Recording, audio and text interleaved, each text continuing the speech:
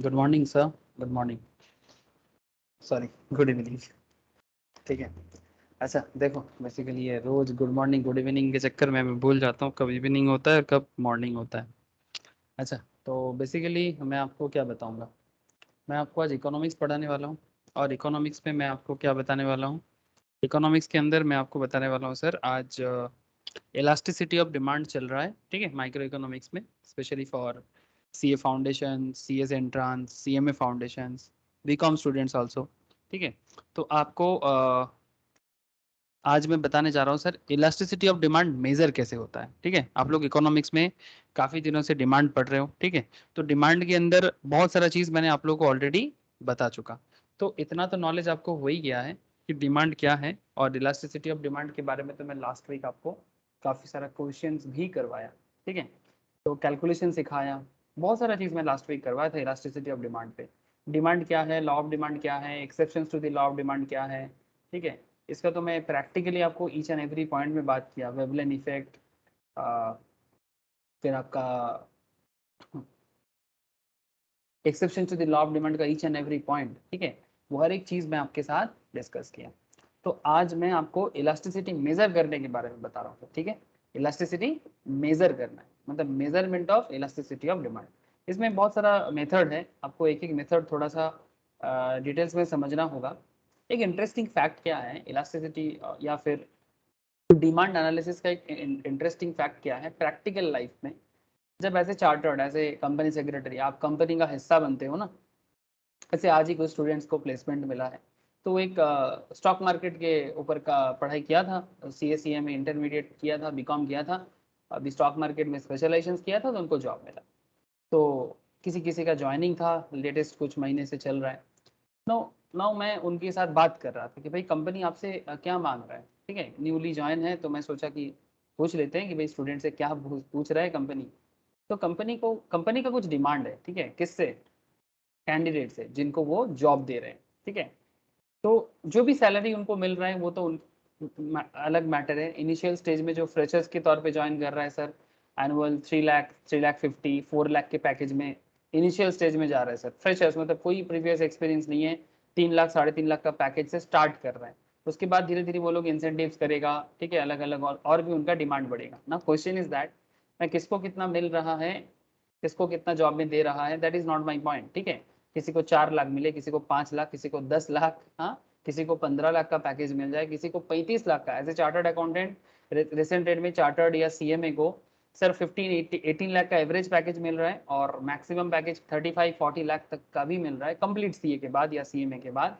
ठीक है, CS का भी अच्छा खासा है, 10-15 लाख का एवरेज उनको भी मिल रहा है। ठीक है, मतलब अच्छा जो थोड़ा बहुत नॉलेज के साथ जाता है ना। पॉइंट इज दैट कंपनी उनसे कुछ सोचता है ना कि भाई ये कंपनी के लिए कुछ करेगा। ठीक है, ये कंपनी का सेल्स को बढ़ाएगा, ये कंपनी का ये डिमांड फुलफिल करेगा, ये कंपनी का वो डिमांड फुलफिल करेगा। तो यहीं पर खेल है। ठीक है, अब कंपनी का डिमांड फुलफिल तो आप कर पाओगे, लेकिन उससे पहले आपको प्रोडक्ट का डिमांड एनालिसिस करना चाहिए। प्रोडक्ट डिमांड एनालिसिस क्या है, आपके मन में चल रहा होगा। सर आप जिस कंपनी में काम कर रहे हो या फिर काम करोगे, या फिर जो भी प्रोडक्ट आप सेल करना चाहते हो या जो भी सर्विसेज आप प्रोवाइड करना चाहते हो, सर हर किसी को इस दुनिया में कोई ना कोई प्रोडक्ट या सर्विस सेल करना पड़ता है। सर क्या बात करते हो, हर किसी को? Yes, everyone needs to sell, everybody, everybody. Sir क्या बात है, कैसे कैसे बोल सकते हैं हर कोई सेल करता है? नहीं सर, थोड़ा सा इकोनॉमिकली सोचो। सेल का मतलब कोई खराब चीज थोड़ी होता है। हाँ, सेल का मतलब कोई खराब चीज नहीं है, बेचना तो पड़ेगा, कुछ तो बेचना पड़ेगा हर किसी को। बिना बेचे हुए संसार कैसे चलेगा? कोई बेचेगा, कोई खरीदेगा, दैट इज सिंपल इकोनॉमिक्स, है ना। तो ये जो बेचना खरीदना, किसका चीज ज्यादा बिकेगा, किसका चीज कम बिकेगा, हाँ, वो अलग बात है। तो वहीं पर डिमांड एनालिसिस काम करता है। आप जब किसी कंपनी में काम करोगे या फिर आपका जो भी बिजनेस होगा, आपका प्रोडक्ट, आपका सर्विस, उसका डिमांड एनालिसिस आपको करना पड़ेगा। That is called demand forecasting. ठीक है, तो डिमांड फोरकास्टिंग में इलास्टिसिटी ऑफ डिमांड एक बहुत ही वाइटल कॉन्सेप्ट है। अब इलास्टिसिटी ऑफ डिमांड अगर आप मुझे सिंपल पूछोगे तो मैं आपको सिंपल जवाब देता हूं सर, थोड़ा बहुत दाम के इधर उधर पे, थोड़ा बहुत दाम इधर उधर होने पे, आपको फॉर्मूला तो पता ही है, percentage change in quantity demand divided by percentage change in price. ठीक है, percentage change in quantity demand divided by percentage change in price. ये क्या है, ये डिमांड का, इलास्टिसिटी ऑफ डिमांड का सिंपल फॉर्मूला आता है। No question is that price के 1% परिवर्तन के कारण, ठीक है, प्राइस के 1% चेंज के कारण किसी पर्टिकुलर प्रोडक्ट या सर्विस का डिमांड पे जितना प्रतिशत चेंज होता है, ठीक है, that is the elasticity of that product. अब जो प्रोडक्ट थोड़ा सा दाम परिवर्तन में बहुत ज्यादा उसका मार्केट में डिमांड इधर उधर हो जाता है, ठीक है, जैसे लग्जरी कार वगैरह है ना, 2 लाख का कार अगर 2.5 लाख हो जाए, क्या लगता है डिमांड बढ़ेगा, डिमांड कम हो जाएगा। 2 लाख का कार अगर 1,90,000 हो जाए ना, डिमांड बढ़ सकता है ठीक है, थोड़ा सा भी कम मार्केट को एक अलग ही लेवल का इलास्टिसिटी समझाने के लिए मतलब बात करता है। तो there are lots of goods, अलग अलग गुड्स अलग अलग तरीके से बिहेव करता है, लेकिन नेसेसिटी, ठीक है, अगर आप 50 रुपीज से कोई राइस घर पे कंज्यूम करते हो या गेहूं कंज्यूम करते हो, ठीक है, जो भी नेसेसिटी, ऑयल कंज्यूम करते हो, अगर 100 रुपीज की जगह 150 पर लीटर हो जाता है या 130 पर लीटर हो जाता है, परसेंटेज वाइज देखो, 2 लाख का कार 2.5 लाख होना और 100 का 1 लीटर का तेल 150 का हो जाना, ऑलमोस्ट सिमिलर लाइन पे ही बात कर रहा हूं मैं, लेकिन फिर भी क्या आप तेल खाना छोड़ दोगे, नहीं छोड़ोगे। तो सर इलास्टिसिटी और इन इलास्टिसिटी, ठीक है, ये प्रोडक्ट की कैरेक्टरिस्टिक पे भी डिपेंड करता है, ठीक है, तो नेसेसिटी प्रोडक्ट पे इलास्टिसिटी कम होता है, ठीक है, वो इन इलास्टिक टाइप में होता है। अब लास्ट वीक में आपको अलग अलग इलास्टिसिटी के बारे में भी बोला था, ठीक है, इलास्टिसिटी एक होता है यूनिट इलास्टिक, मतलब इलास्टिसिटी एक, इलास्टिसिटी को 1 से मेजर किया जाता है। किससे मेजर किया जाता है सर, 1 से। याद होगा आप लोगों को, जिन्होंने भी अगर क्लासेस प्रीवियस लेक्चर्स नहीं किया, जस्ट रिक्वेस्ट है सीरीज वाइज सारा का सारा बेसिक से लेके डिमांड तक का सारा का लेक्चर्स पढ़ते जाइए, आपको हर पॉइंट सिंक्रोनाइज करके समझ में आएगा कि क्यों एक एक पॉइंट में ऐसा बात चल रहा है, ठीक है, जो भी क्लासेस मिस हो मस्ट गो थ्रू सर। अब आपको मैं एक चीज बताता हूँ सर, इलास्टिसिटी 1 से मेजर होता है। अब 1 से क्या मतलब है, अगर किसी प्रोडक्ट का इलास्टिसिटी 1 से ज्यादा है, आप बोलोगे कि उसका इलास्टिसिटी ज्यादा है। 1 से कम है तो आप क्या बोलोगे, ये लेस देन इलास्टिक है, मतलब लेस देन यूनिट इलास्टिक है, इलास्टिसिटी है पर थोड़ा कम इलास्टिक है। और एक होता है 1 से कम 0, ठीक है, कई बार नेगेटिव होता है या हो सकता है, तो इलास्टिसिटी 0 भी हो सकता है, इसका मतलब वो इन इलास्टिक है। और एक होता है मतलब इनफाइनाइट लेवल तक चलता है, ठीक है, इलास्टिसिटी उसको बोलते हैं इलास्टिसिटी इनफाइनाइट जा रहा है, ठीक है, दैट इज मतलब उसको आप ऐसे बोल सकते हो कि वो तो 1 से तो ज्यादा है ही, ठीक है, वो उसका इलास्टिसिटी खत्म नहीं होगा, इस तरह का बात है सर। मैं लास्ट दिन आप लोगों को कि हर तरह का इलास्टिसिटी के बारे में मैं बात किया था, ठीक है, तो चलो मैं आज आपको क्या बताऊंगा, आज मैं आपको इलास्टिसिटी मेजर करना सिखाऊंगा। ये देखिए सर, इलास्टिसिटी इज इनफाइनाइट, ठीक है, ये देखो ये इलास्टिसिटी क्या हो गया, इनफाइनाइट लेवल में है। Each and every type of elasticity draw करके उसका मतलब भी आप लोगों को मैं प्रीवियस लेक्चर्स में समझा के रखा था। बहुत ही बढ़िया क्लास था, ठीक है, आई होप कि आप लोगों ने किया था लास्ट क्लास, लाइव किया था जिन्होंने उनको भी पता होगा होना चाहिए, जिन्होंने लाइव नहीं किया था बाद में रिकॉर्डेड देखा था, ठीक है, उन्हें भी पता होना चाहिए, ठीक है सर। चलो सर बहुत बढ़िया। तो अभी क्या है सर, अभी हम लोग बोला ना आपको मेजरमेंट ऑफ इलास्टिसिटी, क्या सिखाएंगे आपको सर, मेजरमेंट ऑफ इलास्टिसिटी, मतलब इलास्टिसिटी को मेजर करने के लिए इकोनॉमिक्स आपको कुछ तरीका सिखाएगा। क्या सिखाएगा सर, तरीका। सर क्या तरीका, सर तरीका मतलब इलास्टिसिटी मेजर करने का तरीका। चलो मैं आपको एक एक करके बताता हूँ।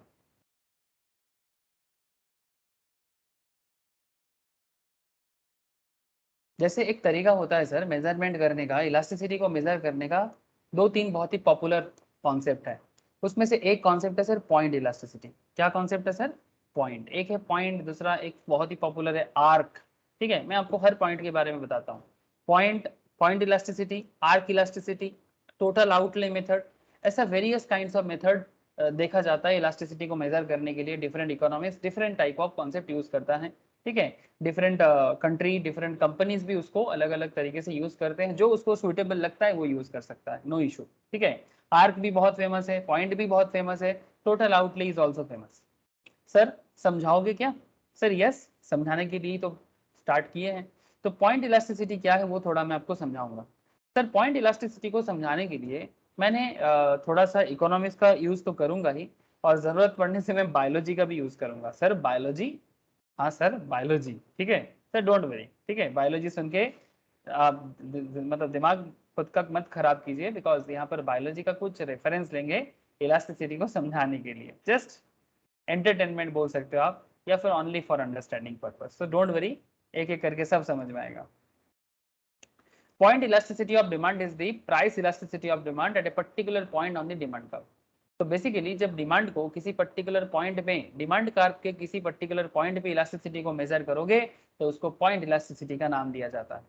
Concept of point elasticity is used for measuring price elasticity where the change in price is infinite similar, मतलब जहां पर प्राइस इलास्टिसिटी इनफाइनाइट लेवल में जा सकता है या इनफाइनाइट सिमिलर होता है, ठीक है, वहां पर पॉइंट में विचार करना जरूरी होता है। लेकिन सर कैसे पॉइंट में विचार होता है, वो विचार तो मैं सिखाऊंगा ना। तो price elasticity is a key element in applying marginal analysis to determine optimal prices. मतलब किसी प्रोडक्ट का दाम क्या रहेगा, ऑप्टिमल प्राइस मतलब एक होता है ना सर, ऑप्टिमल मतलब हर एंगल से देखो तो एक सटीक दाम निकलता है। तो किसी प्रोडक्ट का क्या दाम होना चाहिए, उसका ऑप्टिमल प्राइसेस क्या होना चाहिए, उसको डिटरमाइन करने के लिए आपको इलास्टिसिटी मेजर करना पड़ेगा। सिंस मार्जिनल, मतलब आपको मैं थोड़ा सिंपल करता हूँ, मतलब देखो अगर मार्केट में डिमांड हाई होगा तो आप थोड़ा दाम ज्यादा भी रखोगे तो ज्यादा कमा पाओगे, ये और नो। अगर मार्केट में डिमांड थोड़ा मॉडरेट है तो आपको प्राइस को ठीक ठाक रखना है, बिकॉज डिमांड बहुत ज्यादा भी नहीं है बहुत कम भी नहीं है, तो एक मॉडरेट प्राइस रखो। और मार्केट में डिमांड बिल्कुल नहीं है तो क्या करोगे, प्राइस को क्या करोगे, कम करोगे ना। जिस चीज का मार्केट में डिमांड अभी नहीं चलेगा या नहीं चल रहा है, दाम कम करने से अगर डिमांड हो जाए तो ये सब ट्रिक्स अपनाया जाता है ना, कि कंपनी कब दाम में छोड़ता है। जैसे आप देखिएगा, सिंपल सिंपल मैं आपको सिंपल शॉपिंग एक्सपीरियंस बता रहा हूँ। दुर्गा पूजा के टाइम पे भले ही कंपनी डिस्काउंट देता हो, बट कंपनी अल्टीमेटली ज्यादा दाम पे बिक सकता है, बिकॉज डिमांड हाई रहता है। और बहुत बार में ऐसा देखा जाता है, सस्ता का प्रोडक्ट अब महंगा पे ले लिया, भले ही कंपनी कितना भी मार्केटिंग किया है, भले ही कंपनी बल्क परचेस में थोड़ा डिस्काउंट आपको दे दिया है, लेकिन फिर भी आप देखिएगा उस टाइम पे आपका थोड़ा महंगा पड़ ही जाता है। लेकिन अगर आप ऑफ टाइम में लेते हो, of time in the sense जैसे मानो बारिश के टाइम पे, या फिर बंगाल में सबसे पॉपुलर टाइम है सर चैत्रो सेल। चैत्रो मतलब चैत मास के एंड के टाइम पे, बैसाख स्टार्ट होने से पहले, बंगाली न्यू ईयर से पहले, पहला बैसाख के पहले से एक सेल चलता है, चैत्रो सेल। उस टाइम पे ना एक्चुअली स्टॉक आउट होता है और वहाँ उस टाइम पे कलेक्शन कम होता है, बट दाम थोड़ा सा आपको काफी कम में मिल सकता है। तो डिमांड कम होता है, पुराना स्टॉक है, कंपनी उसको छोड़ के जितना हो सकता है मार्केट से अपना पैसा थोड़ा सा निकालने का कोशिश करता है। तो ये सब ऑप्टिमल प्राइस स्कीम है सर बिजनेस का। आप बिजनेस करोगे ना, इकोनॉमिक्स आपको ऐसे ही समझ में आ जाता है, ठीक है। हम लोग जब पढ़ते हैं तो उसमें वेरियस कॉन्सेप्ट थ्योरीज पढ़ते हैं, लेकिन आप बिजनेस को अगर रेगुलर बेसिस में कर पाते हो ना, तो आपको ईच एंड एवरी पॉइंट ऐसे ना आंखों के सामने ना जल्द, मतलब क्या बोलूं सर, लाइव दिखेगा। जो भी मैं बोल रहा हूँ लाइव दिखेगा। जो लोग स्टॉक मार्केट बिजनेस एनालिसिस करते हैं, जो लोग मार्केट में बिजनेस करता है, ठीक है, या फिर किसी भी ना किसी कारण से वो बिजनेस के साथ कनेक्टेड है। So since marginal analysis works by evaluating small changes taken with respect to an initial decisions, taken with initial decisions। तो मैं आपको समझाता हूं कि क्या डिसीजंस का मैटर है। It is useful to measure elasticity with respect to an infinitesimally small change in price. Point elasticity makes a use derivative rather than finite changes in price and quantity. It may be defined as, ये derivative को use करता है, ठीक है, dy dx को use करके elasticity of price को निकालते हैं, जो जैसे minus dq by dp into p by q, ये फॉर्मूला पॉइंट इलास्टिसिटी अपनाते हैं। डोंट वरी, अभी आपको मैं पॉइंट इलास्टिसिटी का ही एक बहुत ही सुंदर मेजरमेंट बताऊंगा, आपको पूरा समझ में आएगा। अभी डेरिवेटिव में ज्यादा दिमाग लगाने का जरूरत नहीं है, ये आपको मैथमेटिक्स में नॉर्मली डेरिवेटिव सिखाया जाता है सर।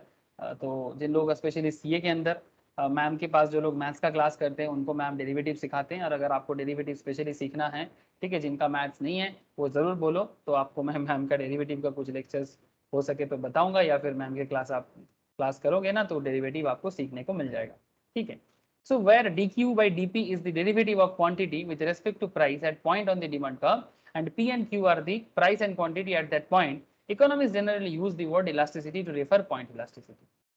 जैसे एक सिंपल बात करते हो, देखो डेरिवेटिव वर्ड का मतलब समझो, मुझे आपको भी डेरिवेटिव कैलकुलेशन करना सिखाने का जरूरत नहीं है, because economics is application subject. यहाँ पर मैं आपको एप्लीकेशंस करके बताना चाहता हूँ कि डेरिवेटिव को यूज करके अगर कोई पॉइंट में किसी पर्टिकुलर प्रोडक्ट का इलास्टिसिटी मेजर कर पाते हो तो उस पर्टिकुलर पॉइंट को आप पॉइंट इलास्टिसिटी बताना। जैसे कि ये टी और ये टी, ये एक इलास्टिसिटी ऑफ डिमांड, एक डिमांड कर्व, ठीक है। तो इस डिमांड कर्व के अंदर, इस डिमांड कर्व के अंदर आर एक बीचों बीच पॉइंट लिया गया, ये हम लोगों ने सब्जेक्टिवली लिया। ये थोड़ा इधर भी हो सकता है, ये थोड़ा इधर भी हो सकता है, ये नीचे भी हो सकता है। लेकिन अगर आप बीचों बीच लेते हो तो इस पर्टिकुलर प्रोडक्ट का इलास्टिसिटी इक्वल्स टू क्या बनेगा जानते हो? 1, बिकॉज इसको तोड़ोगे तो बीचों बीच इक्वल लेवल में ये टूटेगा। लेकिन अगर आप इसको यहाँ से तोड़ोगे तो ऑब्वियसली इलास्टिसिटी थोड़ा कम रहेगा, अगर आप इसको यहाँ से तोड़ोगे तो इलास्टिसिटी थोड़ा ज्यादा रहेगा, ठीक है। तो now point is that sir ऐसे कैसे बोल दे रहे हैं आप कि बीचों बीच तोड़ेंगे तो 1, थोड़ा ऊपर से तोड़ोगे तो थोड़ा ज्यादा, ठीक है, थोड़ा नीचे से तोड़ोगे तो थोड़ा कम, इलास्टिसिटी कम होगा। ये कैसे मनगढ़ंत बातें क्यों कर रहे हैं? सर मनगढ़ंत बात नहीं कर रहा हूँ, इसके लिए मुझे थोड़ा आपको जियोमेट्रिक मेथड भी समझाना पड़ेगा, तो वो उसके लिए थोड़ा सा वेट कीजिए। Point elasticity is there for the product of price quantity ratio at a particular point on the demand curve and the reciprocal of the slope of the demand line. Demand line का reciprocal की तरह, मतलब अनुनाद की तरह काम करता है। कैसे करता है? जस्ट वेट एंड वॉच, ठीक है। इसके लिए आपको ये समझना पड़ेगा। ये देखिए सर, जो मैं आपको मैं पॉइंट के बारे में बात कर रहा था ना, जैसे वहां पर एक पॉइंट दिखाया था जिसमें elasticity of demand equals to 1 बताया गया। लेकिन अगर आप दूसरे पॉइंट पे आ जाते हो थोड़ा नीचे की तरफ, फिर इसमें इलास्टिसिटी ऑफ डिमांड थोड़ा कम बताया गया। अगर आप एकदम ग्राउंड में आ जाते हो तो elasticity of demand equals to 0 बताया गया। अगर आप थोड़ा ऊपर चलते हो तो इलास्टिसिटी ऑफ डिमांड 1 से ज्यादा बताया गया। और अगर आप एकदम हाईएस्ट लेवल में पहुंचते हो तो इलास्टिसिटी ऑफ डिमांड इनफाइनाइट बताया गया, ठीक है। प्राइस अपने जगह में कांस्टेंट है। लेकिन सर बार बार इलास्टिसिटी अलग अलग पॉइंट में अलग अलग मेजरमेंट बताया जा रहा है, क्यों, किस लिए और ऐसा क्यों होता है? ठीक है, ऐसा क्यों होता है इलास्टिसिटी मेजर करने के टाइम पे? हाँ सर समझना पड़ेगा, थोड़ा सा समय देना पड़ेगा। सिर्फ समय देना बहुत ज्यादा कुछ नहीं है। इस मेथड को, पॉइंट मेथड को थोड़ा सा और इलाबोरेट में समझेंगे ना तो इसको जियोमेट्रिक मेथड भी कहा जाता है। क्यों जियोमेट्रिक? क्यों सर, बचपन में आप लोग थ्योरम वगैरह करते थे ना, हाँ, थ्योरम में जैसे प्रूव करना होता था वैसा ही कुछ टाइप ऑफ मेथड यहाँ पर आएगा, ठीक है। जो आप जियोमेट्री में थ्योरम करते थे, बंगाली में हम लोग बोलते थे उपपाद दो, ठीक है, सोमपाद दो टाइप का, तो वैसा ही कॉन्सेप्ट यहाँ पर भी यूज होगा। Don't worry sir. देखो, by definition price elasticity of demand is the change in quantity associated with change in price, change in quantity divided by change in price। that's why हम लोग पहले से ही ये फॉर्मूला जानते हैं sir, delta Q by delta T. इसका मतलब यही है प्राइस चेंज के कारण जब डिमांड पे चेंज होता है ना, ये नॉर्मल बातें हैं। Times the ratio price to quantity, times the ratio of price to quantity, P by Q। Therefore, the price elasticity of demand depends not only in the slope of the demand curve but also in the price and quantity. The elasticity therefore varies along with curves as price and quantity change. The slope of a linear demand curve, एक straight demand curve का slope constant भी हो सकता है। However, the elasticity at different points on a linear demand curve would be different. एक linear demand curve में different point में elasticity different हो सकता है। When price is high price, when price is high, the quantity is small, the elasticity is high। जब दाम ज्यादा है, क्वांटिटी कम है, इलास्टिसिटी हाई है। The elasticity becomes smaller as we move down to the curve। जितना हम लोग curve के नीचे की तरफ आएंगे उतना उसका इलास्टिसिटी कम होता जाएगा। इसको समझने के लिए हम लोग एक कॉन्सेप्ट यूज करेंगे और इस कॉन्सेप्ट को हम लोग एक फिगर के थ्रू से समझाने का कोशिश करेंगे। R T divided by R small T, R big D divided by R big T, ठीक है। R big D divided by R small T, इसको आप ऐसे बोल सकते हो lower segment divided by upper segment, ठीक है sir. Lower segment divided by upper segment. Now there is a big question, sir lower segment by upper segment क्यों? Lower segment by upper segment क्यों? ये क्या करने का कोशिश चल रहा है? कुछ नहीं, जब हम इलास्टिसिटी को डिवाइड करते हैं, ठीक है, किसी पर्टिकुलर पॉइंट में अगर इलास्टिसिटी को मेजर करना है तो इसको थोड़ा सा ना, इसको थोड़ा सा आपको जियोमेट्रिकली बताने का कोशिश चल रहा है। लोअर सेगमेंट मतलब यहाँ पर जो बताने का कोशिश चल रहा है दैट इज आर टी, मतलब R T in the sense this area, ये जो बिग टी है, this area is called R T और another area is this area is called R small T, ठीक है। इधर आ गया बिग टी, इधर आ गया स्मॉल टी। अब यहाँ पर हो क्या रहा है सर? कुछ नहीं, बस इतना बोल रहा है, इस सेगमेंट को लोअर सेगमेंट का नाम दे दिया, this is called lower segment, and this segment का नाम दे दिया, दिस एरिया का नाम दे दिया अपर सेगमेंट। तो क्या हो गया? Lower segment by upper segment. लेकिन ऐसे मतलब आप इसको थोड़ी डिवाइड कर रहे हैं, डिवाइड ऐसे हो रहा है lower segment by upper segment. अब ये जियोमेट्रिकल एक मेथड अपनाया जा रहा है कि lower segment by upper segment क्यों किया जा रहा है, वो आपको अभी 2 मिनट में समझ में आएगा। अब इसमें क्या हो रहा है मैं आपको अब बता रहा हूं सर, अब ध्यान से कॉन्सेप्ट को देखिए। अब अगर आप इस पर्टिकुलर कॉन्सेप्ट को देखते हो, आप थोड़ा ध्यान से देखो, आपको एक चीज दिखाई देगा। क्या दिखाई देगा बोले तो, we see that as we move from T towards T, T towards T, जैसे जैसे हम लोग इस टी से इस टी की तरफ जा रहे हैं, from this T to this T, elasticity goes on increasing. इस पॉइंट में इलास्टिसिटी सबसे कम, इसमें इलास्टिसिटी एक से थोड़ा सा कम, यहाँ पर इलास्टिसिटी इक्वल टू 1, यहाँ पर इलास्टिसिटी एक से ज्यादा, यहाँ पर इलास्टिसिटी इनफाइनाइट लेवल पे चल रहा है। इसका मतलब ये है कि बिग टी से स्मॉल टी की तरफ इलास्टिसिटी इंक्रीजिंग पॉइंट में है, मिड पॉइंट में जाके ये इक्वल टू 1 हुआ है, और at point T it is infinite, and at big T it is zero. अपने पॉइंट पे ये जीरो है, ठीक है। तो एकदम नीचे बिलो पॉइंट में ये ed इक्वल्स टू जीरो, एकदम हाईएस्ट पॉइंट में ed इक्वल्स टू इनफाइनाइट, बीच में ed इक्वल्स टू 1, बीच और इनफाइनाइट के बीच में ed ग्रेटर देन 1, और इक्वल्स टू 1 और 0 के बीच में ये लेस देन 1। ये इलास्टिसिटी का एक तरीका है। अब इस तरीका को जियोमेट्रिक मेथड इसलिए कहा जा रहा है बिकॉज इसमें lower segment by upper segment use किया जा रहा है। अब आपके मन में चल रहा है sir lower segment by upper segment, sir lower segment by upper segment से नेगेटिव क्यों? सर आपको मैं बता रहा हूँ, मतलब नीचे की तरफ कम और ऊपर की तरफ ज्यादा क्यों? सर हम ऐसे तो बोल सकते हैं ना, अगर मैं इसका थोड़ा नामकरण करूँ, ये अगर आर है, ठीक है, तो मैं ऐसे बोल सकता हूँ R big T divided by R small T, ठीक है। अब आर टी अगर आप बीचों बीच काटते हो तो ये इक्वल टू 1 हो जाएगा, है ना। अरे किसी भी बड़े डंडा को, किसी भी बड़ा डंडा को अगर आप बीचों बीच काटते हो तो उसको अगर आप जोड़ा भी लगाते हो तो बीच पॉइंट में वो एक है ना। लेकिन अब थोड़ा सा धीरे नीचे आ जाओ, मतलब अब आर को शिफ्ट करके यहां पर करो, मतलब कहने का मतलब है जब आर टी इस पॉइंट में है, मतलब दिस इज द पॉइंट, अगर आर इस पॉइंट में है तो लोअर सेगमेंट क्या हो गया? लोअर सेगमेंट छोटा हो गया, है ना। This is your lower segment और this area is your upper segment. So lower segment small और अपर सेगमेंट बड़ा, तो क्या होगा? ये एक से कम हो जाएगा ना, बिकॉज लोअर सेगमेंट, अगर लोअर सेगमेंट का वैल्यू अगर 0.5 है और अपर सेगमेंट का वैल्यू अगर 2 या 3 या 4 जो भी है, तो इसका मतलब क्या हो जा रहा है? इसका वैल्यूएशन एक से कम ही होगा, इसलिए देखो लेस देन 1 हो रहा है, ठीक है, या फिर 0 भी हो सकता है। सिमिलरली पॉइंट को समझिए सर, ठीक है, ये बेसिकली मैथमेटिक्स भी है और जियोमेट्री भी है, ठीक है। अब इसको और एक तरीके से भी समझाऊंगा मैं। अब यहाँ पर तो इक्वल है, अब जैसे जैसे आप थोड़ा सा ऊपर की तरफ जा रहे हो, ठीक है, अब अगर इस आर पॉइंट को आप यहाँ पर शिफ्ट करते हो तो अभी आपका क्या फॉर्मूला तो वही है, एल एस बाई यूएस, मतलब lower segment by upper segment. अब यहाँ पर देखिए आपका अपर सेगमेंट यहाँ से यहाँ तक का है, लेकिन लोअर सेगमेंट आपका यहाँ से यहाँ तक का है। This is upper segment and this is lower segment. अब लोअर सेगमेंट जब बड़ा और अपर सेगमेंट जब छोटा तो इलास्टिसिटी क्या होगा? समझ में आ रहा है ना सर? लोअर सेगमेंट बेसिकली क्या चल रहा है, बेसिकली क्या चल रहा है, आप देखिए पॉइंट को कि आपका इलास्टिसिटी यहाँ पर 1 है, लेकिन जैसे जैसे आप इलास्टिसिटी को यहाँ से मेजर कर रहे हो, ठीक है, अगर आप इस पॉइंट से मेजर कर रहे हो तो this is your lower segment, है ना, and this is your upper segment. So upper segment यहाँ पर छोटा है और लोअर सेगमेंट बड़ा है, तो ये पॉजिटिव वैल्यू में जा रहा है ना। अगर लोअर सेगमेंट का वैल्यू 5 है और अपर सेगमेंट का वैल्यू 2 भी है, ठीक है, तो भी ये ग्रेटर देन 1 हो जाएगा। 2 से डिवाइड, 5 से 2 को डिवाइड कीजिए।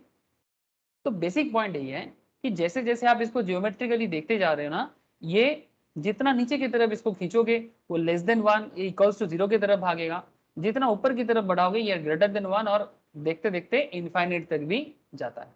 लास्ट दिन मैंने इस हर एक पॉइंट का मतलब समझाया था कि जब इक्वल्स टू 1 होता है तब क्या होता है, जब लेस देन 1 होता है तब क्या होता है, जब इक्वल 0 होता है तब क्या होता है। ये सभी पॉइंट मैं लास्ट वीक समझा के रखा था, ठीक है।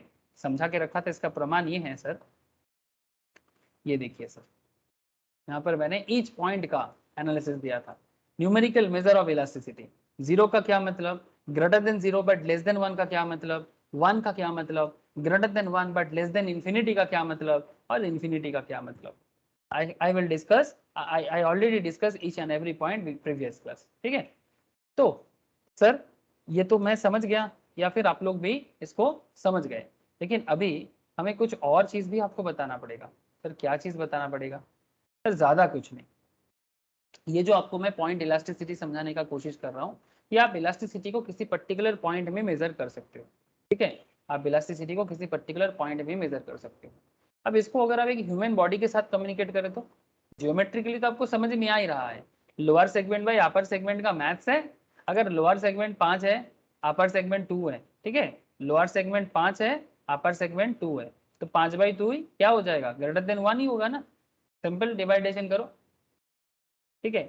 अब उल्टा lower segment by upper segment तो वही रहेगा, लेकिन लोअर सेगमेंट अगर 2 है और अपर सेगमेंट अगर 5 है, जस्ट ऑपोजिट करो, तो ये क्या हो जाएगा, लेस देन 1 हो जाएगा। ये तो मैथमेटिकली या जियोमेट्रिकली समझ में आ ही जा रहा है, इसमें क्या बड़ा सा रॉकेट साइंस है, कुछ नहीं है। लेकिन अब इसको थोड़ा सा ना ह्यूमन बॉडी के साथ आपको थोड़ा मैं समझाने का कोशिश करूंगा। Sir human body, sir human body elastic होता है क्या?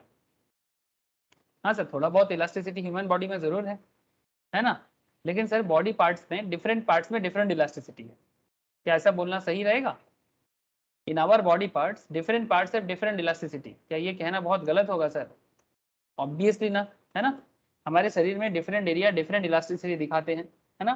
तो चलो मैं एक ह्यूमन बॉडी का इमेज देखता हूँ, अगर मुझे मिल जाता है तो आपको समझाने में बढ़िया रहेगा। ह्यूमन बॉडी इस तरह का इमेज होने से बढ़िया रहता है।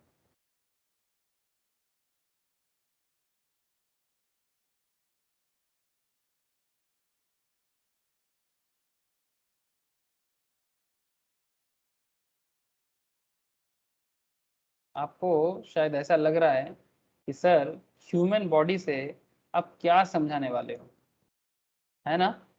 चलो कोई बात नहीं, आपको अभी समझ में आएगा कि मैं क्या बताने का कोशिश कर रहा हूँ।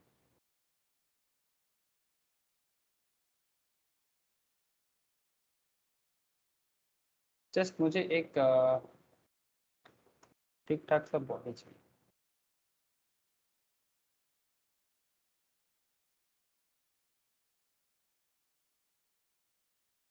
ताकि मैं आपको समझाने में मुझे हेल्प मिले। ओके, ठीक है, ये इनफ होगा समझाने के लिए। अब point elasticity in human body, मैं आपको बोला था ना मैं थोड़ा बायोलॉजी का हेल्प लूंगा, ठीक है, तो ले लिया थोड़ा बायोलॉजी का हेल्प। ठीक है सर, बायोलॉजी का इकोनॉमिक्स के साथ अभी कोई कनेक्शन यहाँ पर मेरा है नहीं, बट जस्ट मैं आपको कुछ समझाना चाहता हूँ। जस्ट टेल मी, हम हमारे हाथ को जिस तरह से स्प्रेड कर सकते हैं, क्या हमारे पैर को भी उस तरह से स्प्रेड कर देते हैं क्या? मतलब हाथ को जैसे उठा पाते हैं, इधर उधर कर पाते हैं, पैर को उतना इजीली कर पाते हैं क्या? कर पाते हैं, कोई कोई लोग जरूर कर पाते हैं, मैं ये नहीं बोलूंगा नहीं कर पाते, बट हाथ को ऑल टाइम हम लोग इलास्टिक की तरह उसको इधर उधर करते हैं, बट पैर को उतना नहीं, है ना। और हर एक से तो होता भी नहीं है। अब सर ह्यूमन बॉडी को अगर मैं इस पर्टिकुलर पॉइंट से, ये जो हमारा वेस्ट एरिया है, वेस्ट एरिया से हम अगर ह्यूमन बॉडी को बीचों बीच काट दें, ऐसे कहा जाता है कि दोनों एरिया एकदम बीचों बीच देखा जाए तो एकदम इक्वल है। तो मैं अगर इलास्टिसिटी को इस तरह से समझाने का कोशिश करूं, जैसे इलास्टिसिटी इस तरह से हमारा दिखाया गया था ना, किसी भी लकड़ी को अगर मतलब डिमांड का आपको अगर आप बीचों बीच देखते हो तो उस पर इलास्टिसिटी कितना है, 1। तो मैं ऐसा बोल सकता हूँ सर, ये जो बॉडी है ये अपने पैर को छू सकता है ना। और जब पैर को ये छुएगा तो अपने वेस्ट से ये बेसिकली क्या करेगा, बेंड होगा, है ना। इस पॉइंट पे बेंडिंग होके ये पूरा का पूरा बॉडी को बीचों बीच क्या कर सकता है, लचकीला कर सकता है, इलास्टिक कर सकता है। तो क्या मेरा ये कहना बहुत गलत होगा कि ह्यूमन बॉडी बीचों बीच elasticity equals to 1? Please tell me sir, ठीक है। अगर हाँ है तो हाँ बोलिएगा, ना है तो ना बोलिएगा, ठीक है। कुछ सवाल है तो व्हाट्सएप कीजिएगा, ठीक है। अब सवाल ये है सर, समझिए, ठीक है, कि आपके वेस्ट में आपका इलास्टिसिटी क्या हो गया, in this particular point elasticity equals to 1, ठीक है। अब जैसे जैसे आपका बॉडी पार्ट्स ऊपर की तरफ जा रहा है, ठीक है, आप लॉन्ग जंप करके या हाई जंप करके आप अपने बॉडी पार्ट्स को ऊपर की तरफ क्या कर सकते हो, आप स्प्रेड कर सकते हो, है ना। जैसे हम लोग छाती फुला सकते हैं, हेड को और थोड़ा सा ऊपर की तरफ स्ट्रेच कर सकते हैं, ठीक है, हाई स्ट्रेच है सर इसका। लेकिन आप अपने लेग को मिट्टी के नीचे किधर स्ट्रेच करोगे, बॉडी को ऊपर करना आसान है, बॉडी को नीचे कहाँ लेके जाओगे, आप पैर को इधर उधर जरूर कर सकते हो, बट क्या आप अपने बॉडी को नीचे की तरफ लेके जा सकते हो, कहाँ लेके जाओगे, गड्ढा होगा तो कूद सकते हो, इससे ज्यादा कुछ नहीं। लेकिन नॉर्मल तौर पे हम हमारे बॉडी को स्ट्रेच करते हैं ऊपर की तरफ, है ना, हाई स्ट्रेच करते हैं, है ना। तो जितना बॉडी के अपर साइड में जाते हैं इसका इलास्टिसिटी हाई रेंज में जाता है। मतलब मेरा कहने का मतलब है, मतलब upper part of our body that is upper segment, इसमें इलास्टिसिटी ग्रेटर देन 1, ठीक है।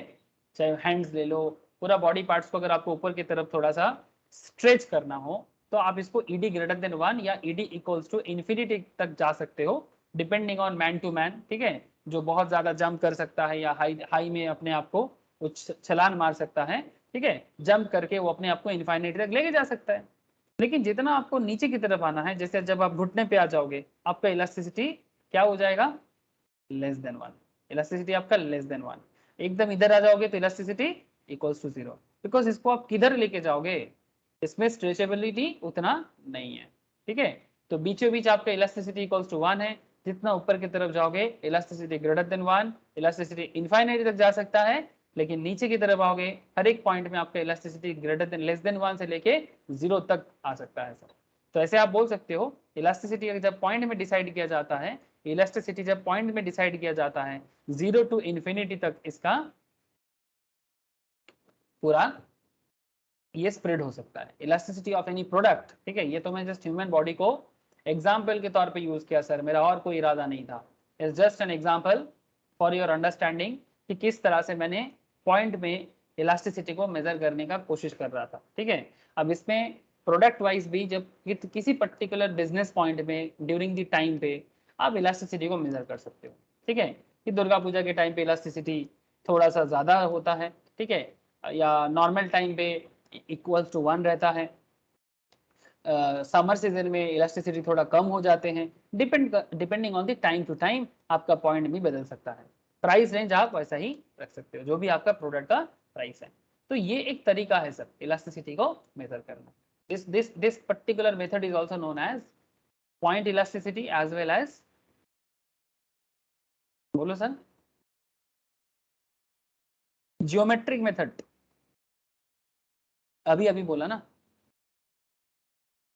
जियोमेट्रिक मेथड आपको यहाँ पर दिखा देता हूँ मैं, कोई बात नहीं, ठीक है। Measurement of elasticity on a linear demand का you can say it a geometric method also, ठीक है।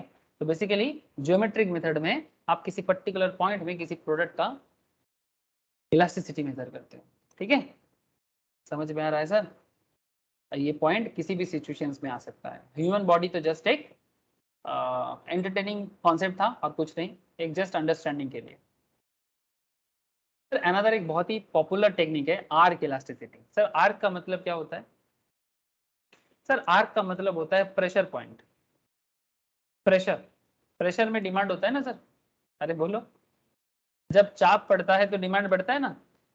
आपके घर में जब चावल खत्म हो जाता है, या ऐसे बंगाली फैमिली में, नॉट जस्ट बंगाली, हर एक इंडियन फैमिलीज में ना एक कॉन्सेप्ट है सर, जैसे बीइंग ए बंगाली फैमिली, ठीक है, मैंने देखा हमारे घर में जब चावल खत्म हो जाता था, अगर मैं बाई चांस बोल देता था, सपोज माँ ने मेरे को बोला कि बेटा देख कि चावल है कि नहीं है, ठीक है, तो मैं जाके देख के अगर बोलता था कि माँ चावल नहीं है, तो फिर माँ मुझे डांटते थे, क्यों, बचपन का बात है। अभी तो ये सब काम घर पे मैं करता नहीं हूँ और मैं घर पे रहता नहीं हूँ, बाहर रहता हूँ।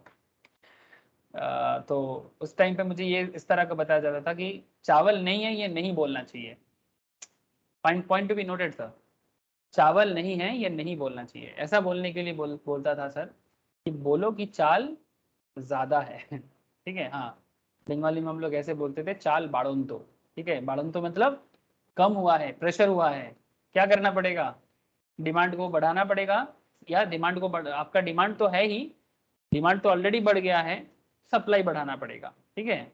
सप्लाई क्लास में सप्लाई सिखाऊंगा, बट बेसिकली पॉइंट और कुछ नहीं, पॉइंट यही है सर कि आपको प्रेशर पॉइंट ढूंढना है कि किस पर्टिकुलर टाइम पे डिमांड बढ़ता है या इलास्टिसिटी दिखाई देता है कि प्रोडक्ट में इलास्टिसिटी हो रहा है, ठीक है। आलू का दाम, प्याज का दाम, अब देखना एक टाइम आता है हर साल में एक बार, कभी टमाटर का दाम, ठीक है। सब्जी मार्केट के साथ बहुत लोग कनेक्टेड होते हैं सर, यूथ कितना कनेक्टेड होते हैं आई डोंट नो। चलो बायोलॉजी से अभी थोड़ा वेजिटेबल मार्केट की तरफ, हाँ सर, थोड़ा वेजिटेबल मार्केट की तरफ बढ़ते हैं। टमाटर, हाँ, टमाटर वर्सेस ऑनियन, सर ये किस तरह का वर्सेस है आई डोंट नो, मैंने बस इमेज पाने के लिए ऐसे लिख दिया, ठीक है। ये बस मैं इमेज पाने के लिए लिखा और मेरा कुछ इरादा नहीं था। जैसे मार्केट में आप देखिएगा टमाटर का दाम और ऑनियन का दाम, ये दोनों दाम हमेशा ना मुश्किल में डालते हैं लोगों को, ठीक है। मैंने ज्यादा देखा, आप लोग भी देखे होंगे आपके एक्सपीरियंस में। तो ये हर साल एक बार ऐसा टाइम जरूर आता है जब टमाटर का प्राइस 80 रुपीज, 100 रुपीज, 120 रुपीज, है ना। कभी कभी तो 200 रुपया किलो तक भी टमाटर का दाम चल जाता है, 200, 300, हाँ, बहुत भयंकर हालत होता है। प्याज का दाम, प्याज का दाम सर, प्याज का तो यूज और ज्यादा है, टमाटर से भी ज्यादा यूज है ऑनियन का। अब इसका दाम अगर 50 क्रॉस कर जाए, यही चिंता का विषय है। 60-70 rupees KG onion price is always a challenging, मतलब part for the human beings, मतलब पब्लिक के लिए बहुत ही मुश्किल पार्ट है ना।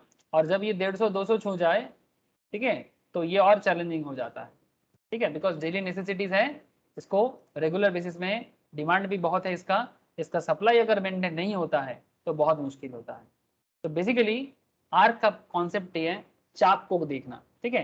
तो आपको चाप देखना है, तो कैसे चाप देखोगे? चाप देखने के लिए मैं अभी आपको कुछ कॉन्सेप्ट है, फॉर्मूला भी है और ग्राफिकल प्रेजेंटेशंस भी है, मैं दोनों बता रहा हूँ। ध्यान से सुनिए, समझ में आ जाएगा, ठीक है, लेकिन ध्यान लगा के सुनिए। Often we may be required to calculate price elasticity over some portion of a demand curve rather than at a single point. किसी पर्टिकुलर पॉइंट पे डिमांड को नहीं देखना है, not a point but a portion, किस portion पे हो रहा है। In other words, the elasticity may be calculated over a range of price. When price and quantity changes are discrete and large, we have to measure, मतलब जब price and quantity changes are discrete and large, we have to measure elasticity over an arc of the demand curve, ठीक है। मतलब कहने का मतलब है कि जब प्राइस चेंज और डिमांड, इसका जो डिफरेंस है, ठीक है, समवॉट लार्ज, बहुत बड़ा कुछ फासला बना रहे हैं, ठीक है, तो आपको आर्क में डिमांड देखना चाहिए, पोर्शन में डिमांड देखना चाहिए। When price elasticity is to be found between two prices or 2 points on the demand curve, say A, B in figure, चलो ये जो A, B दिखाई दे रहा है ना, in our example A and B, इस A और B के बीच में ये आपको जो चाप दिखाई दे रहा है ना, इसको चाप बताया जा रहा है, ठीक है। यहाँ पर डिमांड का थोड़ा ज्यादा ही नीचे की तरफ हिल गया है और एक गैप क्रिएट किया है सर, ठीक है। ये जो गैप क्रिएट किया है ना, ये बेसिकली चाप क्रिएट किया है। अभी आपको समझा देता हूँ, ग्राफिकल प्रेजेंटेशन से ही आपको समझा दूंगा सर कि चाप कैसे बन गया, ठीक है। ये आम आदमी का चाप है सर, ठीक है, लग्जरी वे में नहीं समझो, ठीक है।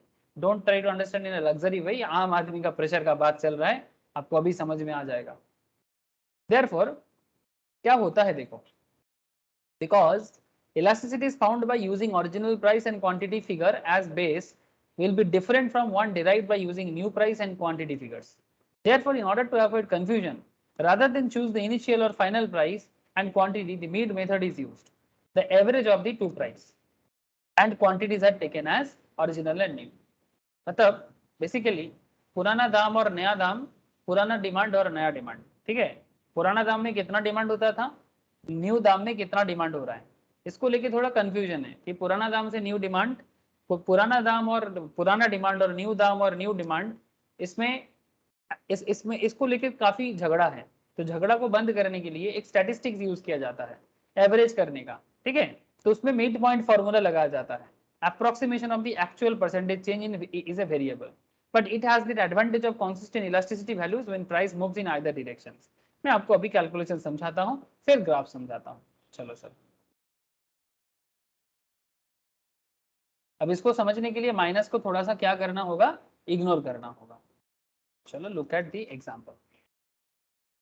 तो सर फॉर्मूला कुछ ऐसा है, ये फॉर्मूला बहुत ही पॉपुलर है, price elasticity using arc method में Q2 माइनस Q1, मतलब quantity, new quantity minus old quantity, divide कर दो इसको, ये स्टैटिस्टिकल एक मेथड है सर। Q2 प्लस Q1 मतलब new quantity plus old quantity, इसको इंटू कर दो new price plus old price, divide कर दो old price minus new price. मतलब एक बार आप क्वांटिटी को माइनस करो न्यू से ओल्ड को, negative should be ignored here.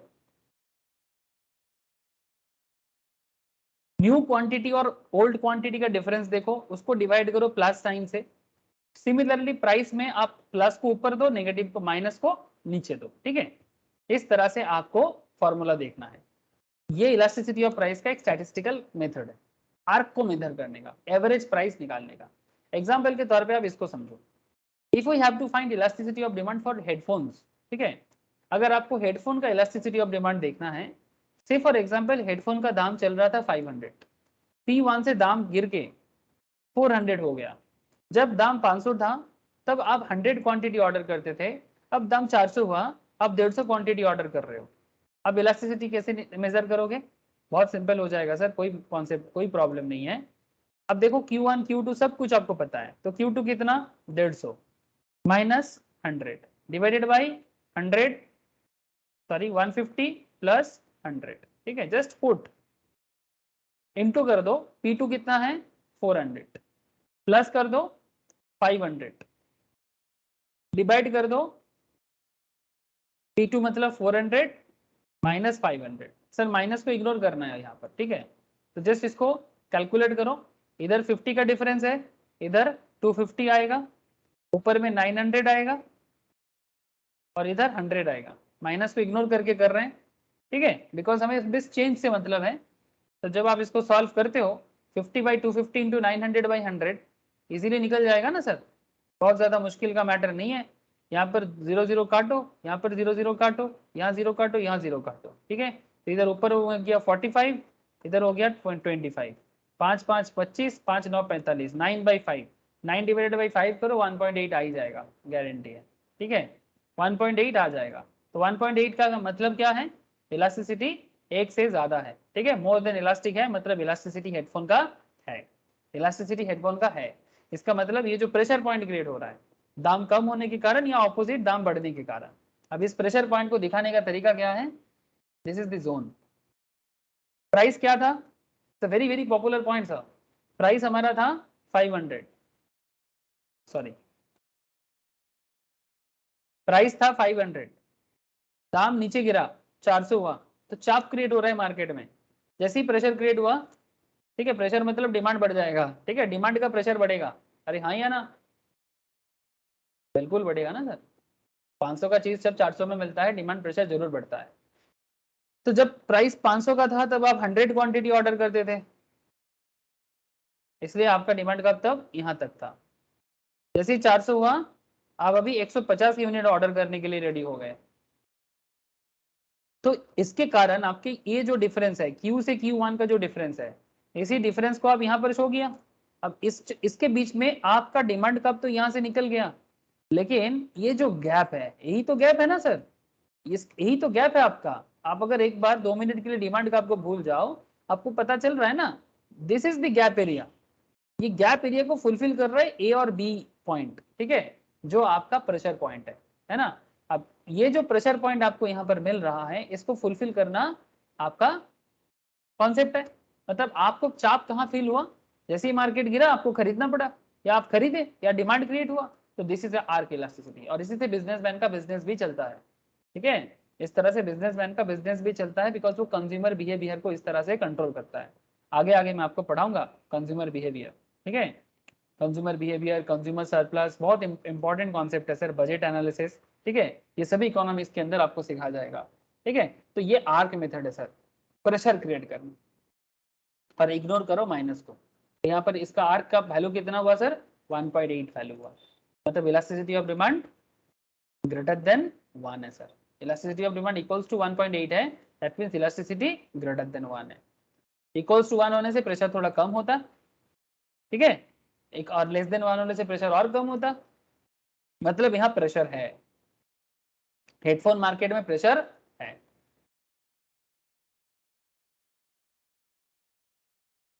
ठीक है सर। अब देखिएगा मार्केट में ऐसे बोलते हैं बाजार एक टू चापजात से, मतलब क्या, मार्केट में अभी थोड़ा काम ज्यादा चल रहा है। चापजात से मतलब क्या, दुकानदार का बहुत बिक रहा है तब उसको बोलते हैं चापजात से, बहुत ज्यादा मेहनत हो रहा है तो चापजात से। तो एग्जैक्टली डिमांड और चाप एक तरह से उनके ऊपर ही भारी पड़ता है ना सर। सर प्रैक्टिकल कॉन्सेप्ट है, वास्तव के साथ जुड़े रहोगे, हमेशा बोलता हूँ फिर बोल रहा हूँ, जितना वास्तव से जुड़े रहोगे उतना समझ में आएगा, वास्तव से दूर भागोगे समझने में दिक्कत हो जाएगा। Interpretation of numerical values I already discuss, मैं फिर से और इसको डिस्कस नहीं करूंगा, बिकॉज मैं लास्ट क्लास में सारा का सारा ग्राफिकल प्रेजेंटेशन के साथ 1 का मतलब, ग्रेटर देन 1 का मतलब, इन्फिनिटी का मतलब, ईच एंड एवरीथिंग समझा के रखा था। इवन आपको मैं इलास्टिक और इनइलास्टिक में फर्क समझाने के लिए एक गजब एग्जाम्पल यूज किया था sir. Headphones, wheat and common salt के बीच में भी डिफरेंस बताया था, कुछ और भी एग्जाम्पल्स मैंने लिया था, अब क्लास देखिएगा। हेडफोन्स इलास्टिक है, व्हीट इनइलास्टिक है, और कॉमन सॉल्ट और भी ज्यादा इनइलास्टिक है। ठीक है, ये सब आप लोगों को मैं प्रीवियस लेक्चर्स में ही बताया था। तो मेजरमेंट ऑफ इलास्टिसिटी का ये दो बेहती मतलब बहुत ही इंपॉर्टेंट तरीका हम लोगों ने देखा। ठीक है, और एक मेथड होता है, मेथड का नाम है टोटल आउटले मेथड और calculating price elasticity. Total outlay method of calculating price elasticity. अब आपके मन में चल रहा है sir total outlay method of calculating price elasticity क्या है। डोंट वरी, समझा देता हूँ sir. Price elasticity of demand for a commodity and the total expenditure or outlay made on it are significantly related to each other. Total price elasticity of a demand for a commodity and the total expenditure or outlay made on it are significantly related to each other. As the total expenditure, that is price of the commodity multiplied by quantity of that commodity purchased, मतलब आप किसी particular product में जितना purchase बढ़ाओगे, made on commodity is the total revenue received by the seller. Purchaser जितना purchase करेगा seller का revenue उतना बढ़ेगा, ये तो सिंपल बात है। बायर बाई करेगा सेलर का रेवेन्यू बढ़ेगा, एंड उल्टा वाइस वर्सा। सेलर का सेल हो रहा है मतलब बायर का परचेज हो रहा है, मतलब खर्चा हो रहा है। मतलब अभी आउटले का मतलब होता है, आउटले का मतलब होता है एक्सपेंडिचर। मतलब आप एक्सपेंडिचर की तरफ से भी देखोगे तो भी आपको इलास्टिसिटी समझ में आएगा। You can say that the price elasticity and total revenue received are closely related to each other. Product में प्राइस इलास्टिसिटी है या नहीं है और रेवेन्यू कितना रिसीव हुआ है, ये बहुत ज्यादा कनेक्टेड पॉइंट है। By analysing the changes in total expenditure, इसके लिए आपको एक्सपेंडिचर देखना पड़ेगा या रेवेन्यू को भी देखना पड़ेगा। In response to a change in the price of a commodity we can know the price elasticity of a demand for it. कैसे? Price elasticity of a demand equals 1 और यूनिटी। जब हम लोग यूनिटी मतलब 1 में देखते हैं, ठीक है, जब हम लोग इलास्टिसिटी इक्वल्स टू 1 देखते हैं, when as a result of change in price of a good, जब कोई एक गुड्स का दाम चेंज होता है, the total expenditure on the goods और total revenue received from that good remains the same. The price elasticity for the goods is equal to unity, because elasticity एक ही है, मतलब जितना बढ़ेगा डिमांड भी उसको उतना सब्स्टिट्यूट कर देगा। This is because the total expenditure made on the goods can remain the same only if the proportional change in quantity demand is equal to the proportional change in price। मतलब जितना प्रतिशत price में change हुआ है demand में भी उतना ही प्रतिशत चेंजेस हुआ है। ठीक है, 10% बाई 10%। क्वांटिटी डिमांड अगर 10% है तो क्वांटिटी प्राइस चेंज भी 10% है। मतलब जितना प्रतिशत प्राइस में चेंज उतना प्रतिशत डिमांड में चेंज, तो ऑटोमेटिकली आपका यूनिटरी डिमांड है। Thus, if there is a given percentage increase in the price of a good, and if the price elasticity is unitary, total expenditure of the buyer on the good or total revenue received from it will remain unchanged। तो इसमें price और मतलब कितना खर्चा, मतलब कितना price में परिवर्तन हुआ, उसके बेसिस पे अगर डिमांड सेम रहा, ठीक है, परसेंटेज वाइज, तो ऑलमोस्ट आपका इलास्टिसिटी सिमिलर पॉइंट में रहता है। ये बात आपको यहाँ पर थोड़ा सा और अच्छे से समझ में आ जाएगा। ये तो E इक्वल्स टू 1 के बारे में मैंने बोल दिया। जब परसेंटेज दोनों सेम है, मतलब जितना परसेंटेज डिमांड में चेंजेस, ईडी का चेंजेस अगर मतलब क्वांटिटी डिमांड 10% तो क्वांटिटी प्राइस भी 10%। लेकिन इसको थोड़ा और तरीके से समझते हैं। Price elasticity on demand is greater than unity. अगर इलास्टिसिटी ग्रेटर देन 1 है तो क्या होता है? When as a result of increase in the price of a good, अगर गुड्स का दाम बढ़ता है, the total expenditure made on the good or the total revenue received from that good falls। दाम बढ़ने के कारण अगर आपका सेल गिर जाता है, total revenue receive from that good falls, या फिर टोटल एक्सपेंडिचर भी फॉल हो गया, मतलब पहले जितना लोग इसको खरीदता था अभी उतना लोग उसको परचेज नहीं कर रहा है।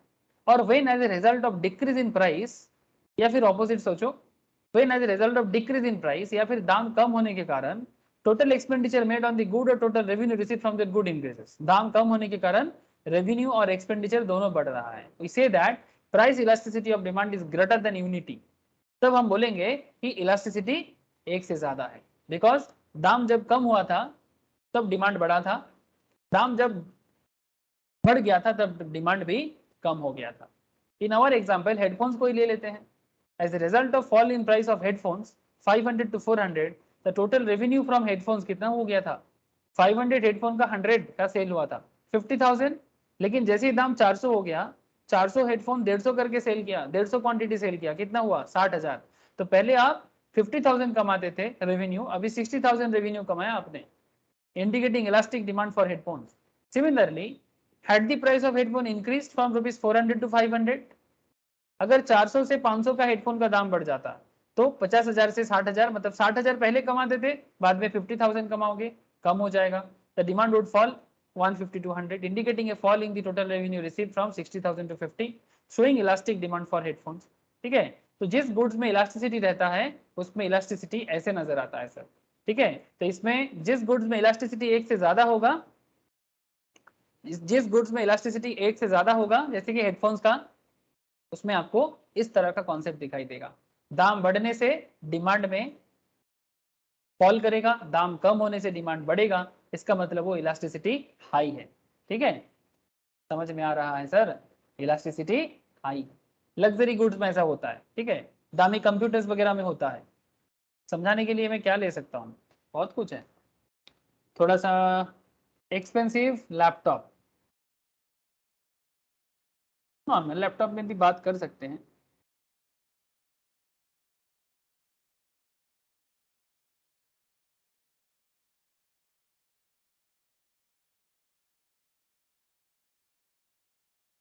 जैसे क्रोमा में बिक रहा है, ठीक है, ये लैपटॉप मार्केट प्राइस बता रहा है सर 2,99,990, ऑलमोस्ट 3 लाख का दाम है इसका। ठीक है, आसूस रॉग स्ट्रिक बहुत ही फेमस ब्रांड है सर। ठीक है, गेमिंग के लिए जाना जाता है सर। 3 लाख का दाम है इसका। अगर मार्केट में इसका दाम गिरेगा तो इसका डिमांड बढ़ेगा सर। हाईली इलास्टिक प्रोडक्ट है, हाईली इलास्टिक, मैं आपको बता रहा हूँ। ठीक है, हाईली इलास्टिक है। जैसे यहाँ पर आप देख रहे हो ना, ये 2,99,990 बता रहा है। अगर कल इसका सेल चालू होता है, जब होता है ना कंपनी का ऐसा सेल, और वो बताते इतना % डिस्काउंट है, तो 2 लाख, ये अगर 2,50,000 में मिल जाता ना, ऑटोमेटिकली ये डिमांड इसका हाई हो जाएगा। आप देख लेना, ऐसा ही होता है सर।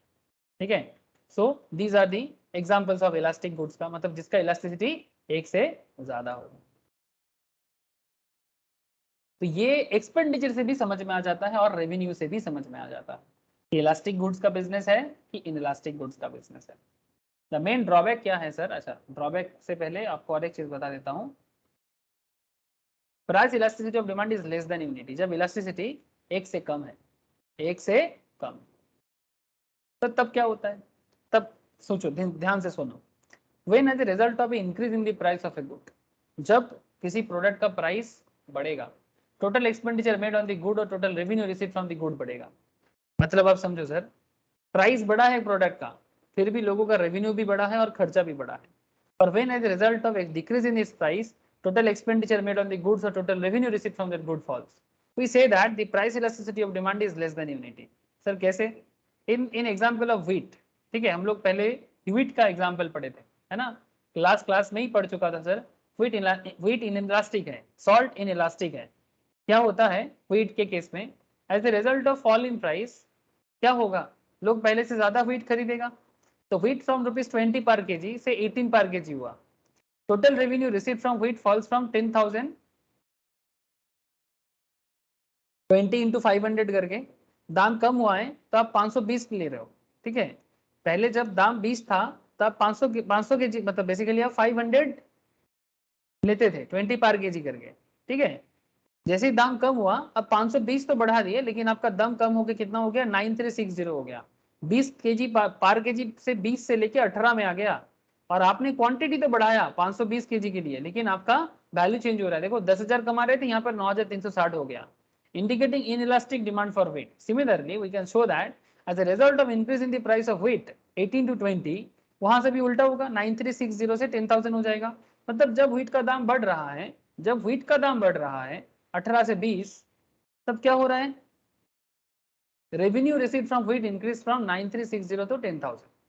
व्हीट का दाम बढ़ने से रेवेन्यू बढ़ता है, मतलब इस तरह का प्रोडक्ट है जिसका दाम बढ़ने से रेवेन्यू बढ़ेगा, दाम कम होने से नहीं। हेडफोन का क्या हुआ था, हेडफोन में 500 का प्रोडक्ट 400 हुआ था तो रेवेन्यू बढ़ा था, 50,000 से रेवेन्यू 60,000 में आया था।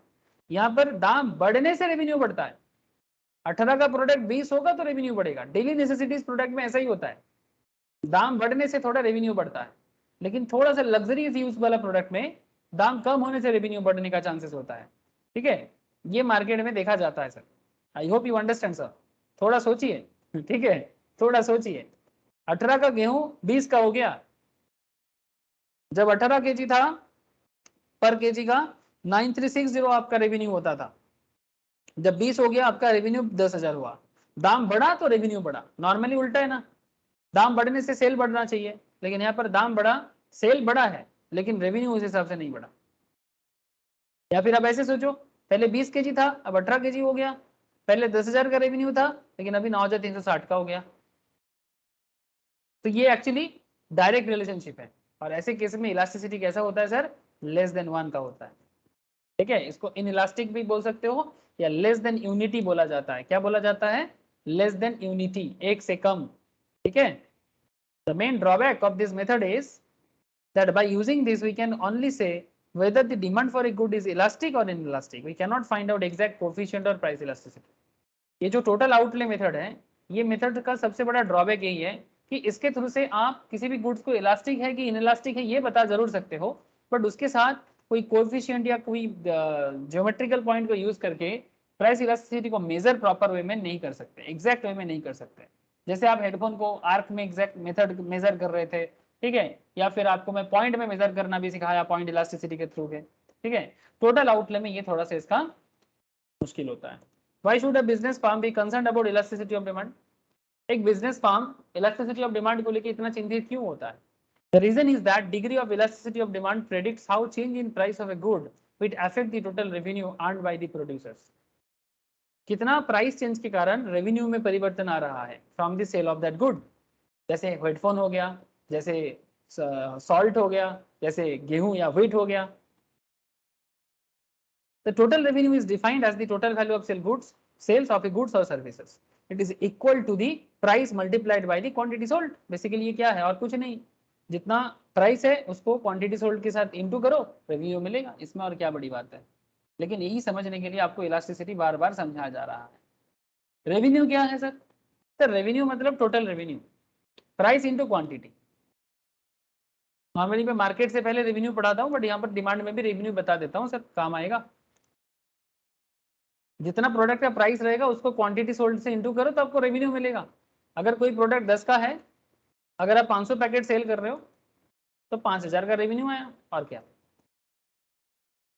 Except the rare case of good with perfectly elastic or perfect inelastic demand, when a seller raises the price of a good, there are two effects which act in opposite directions on revenue. एक होता है price effect, after a price increase or decrease, each unit sold sells at a higher or lower price which tends to raise the revenue. क्या बोलता है सर? After a price increase each unit sold sells at a higher price which tends to raise the revenue. जब दाम बढ़ता है revenue बढ़ता है, और जब दाम गिरता है तो रेवेन्यू गिरता है। आपको अभी अभी दिखाया मैं वेट के एग्जांपल में। क्वांटिटी में भी इफेक्ट आता है, आफ्टर ए प्राइस इंक्रीज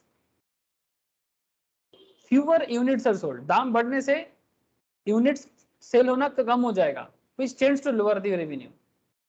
तो दो तरह का कॉन्सेप्ट आ गया सर इलास्टिसिटी में रेवेन्यू के कारण। प्राइस इफेक्ट में आपने देखा दाम बढ़ा तो रेवेन्यू बढ़ा, ये एक तरह का प्राइस इफेक्ट है। लेकिन क्वांटिटी इफेक्ट में भी प्रॉब्लम है।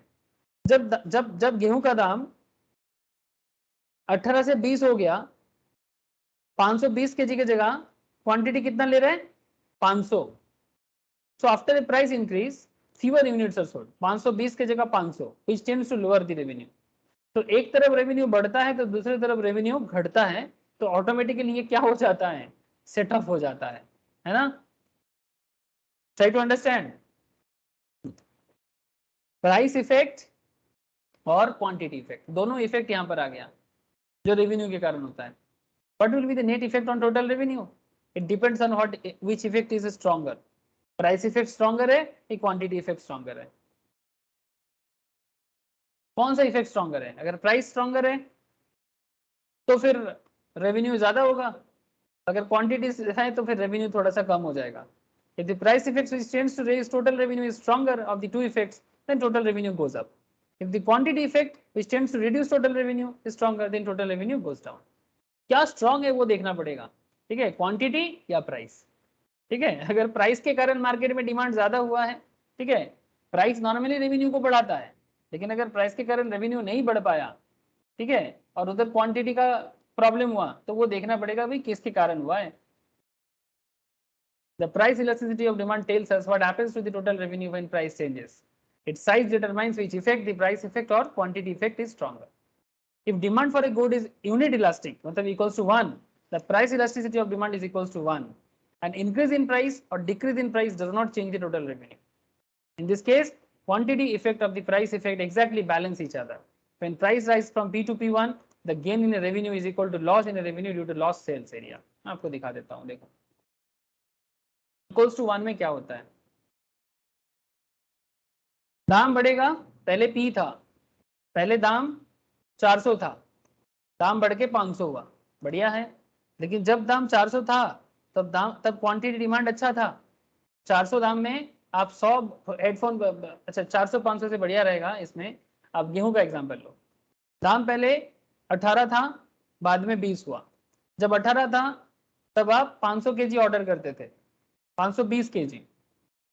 अब दाम ज्यादा हो गया, आप 500 केजी ऑर्डर कर रहे हो, तो पी से पी क्यू था, लेकिन उतना ही परसेंटेज में आपका डिमांड कम हुआ है। प्राइस बढ़ा है बट डिमांड कम हो गया है। प्राइस बढ़ने के कारण रेवेन्यू बढ़ेगा, लेकिन क्वांटिटी कम होने के कारण रेवेन्यू घट जाएगा, तो ऑटोमेटिकली आपके प्राइस इलास्टिसिटी रेवेन्यू के कारण क्या हो गया, 1। This is called unit elastic. ठीक है, दोनों इक्वल परसेंटेज में काम करेगा ऑलमोस्ट। ठीक है, इस तरह का effect normally unit elastic case में देखा जाता है, जब इलास्टिसिटी इक्वल्स टू 1 होता है, जब इलास्टिसिटी इक्वल्स टू 1 होता है। Total revenue when elasticity equals to 1। Price elasticity के साथ relationship between price elasticity and total revenue. ठीक है, देख लो, प्राइस इंक्रीज, अगर दाम बढ़ेगा तो रेवेन्यू डिक्रीज करेगा इलास्टिक के केस में। ठीक है, जैसे कि आप इसको इलास्टिक में जैसे आप इसको रख सकते हो हेडफोन्स, यूनिटरी इलास्टिक्स में आप इनइलास्टिक में आप व्हीट को रख सकते हो। यूनिट में जिसका कुछ परिवर्तन नहीं होता है, सिमिलर रहता है, दाम बढ़ेगा तो रेवेन्यू डिक्रीज करेगा जैसे हेडफोन में, लेकिन व्हीट के केस में रेवेन्यू इंक्रीज करेगा। प्राइस अगर कम हो जाएगा तो रेवेन्यू इंक्रीज करेगा हेडफोन के केस में, क्योंकि वो इलास्टिक है। इनइलास्टिक जैसे व्हीट के केस में रेवेन्यू डिक्रीज करेगा। जो प्रोडक्ट में ज्यादा इफेक्ट नहीं आता है, सेम इफेक्ट रहता है, टोटल रेवेन्यू दोनों केस में सेम रहेगा। तो रेवेन्यू के साथ इलास्टिसिटी का रिलेशनशिप आई होप कि आपको क्लियर है। ठीक है, कोई दिक्कत हो तो आप जरूर मुझे बताइएगा। नेक्स्ट पॉइंट जो आता है सर, वो है determinants of price elasticity of demand. मैं आपको तीनों जो इंपॉर्टेंट इलास्टिसिटी मेजरमेंट था, पॉइंट इलास्टिसिटी, आर्क इलास्टिसिटी और टोटल आउटले मेथड, ठीक है, ये तीनों इलास्टिसिटी मैंने आपको समझाया। नेक्स्ट पॉइंट है determinants of price elasticity of demand. ठीक है, कि इलास्टिसिटी को मतलब मेजर करने का क्या क्या तरीका अपनाया जाता है, क्या क्या डिटर्मिनेशन है। ठीक है, वो मैं आपको नेक्स्ट क्लास में समझाऊंगा। और नेक्स्ट क्लास में इलास्टिसिटी रिलेटेड कुछ और इंपॉर्टेंट पॉइंट है, जैसे कि इनकम इलास्टिसिटी, जैसे कि क्रॉस इलास्टिसिटी। अगर आप लोग लाइव करते हो तो मैं आपको लाइव में बताऊंगा, अदरवाइज आप लोग रिकॉर्डेड में करोगे तो रिकॉर्डेड में भी अच्छे से कर लीजिएगा सर, ठीक है। मैं नेक्स्ट क्लास में आपको ये वाला पॉइंट बताऊंगा, ठीक है। सो नेक्स्ट क्लास के लिए वेट कीजिएगा।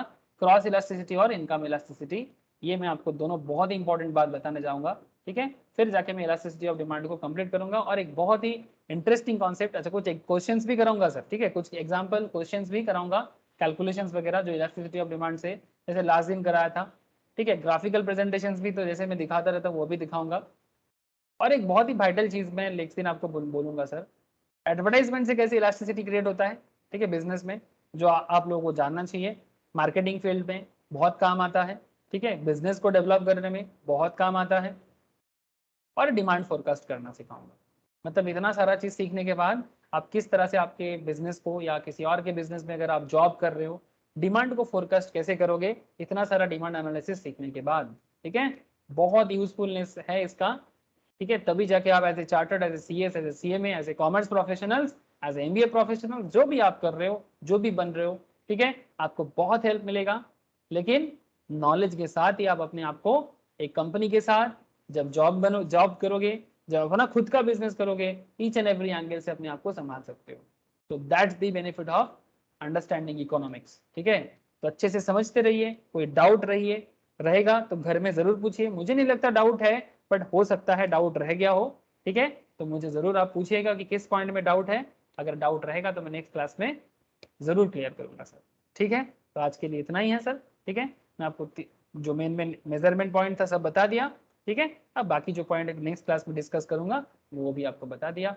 फिर घर पे प्रैक्टिस करने के लिए मैं क्वेश्चंस भी आपको प्रोवाइड करूंगा डिमांड रिलेटेड, आप मुझे प्रैक्टिस क्वेश्चंस करके भी बताएंगे। एमसीक्यू ऑब्वियसली एमसीक्यू प्रोवाइड करूंगा, सभी का एमसीक्यू ज़्यादा पूछते हैं सीएससीएससीएम फाउंडेशन लेवल में, तो मैं एमसीक्यू में बहुत ज़्यादा फोकस करूंगा सर, ठीक है।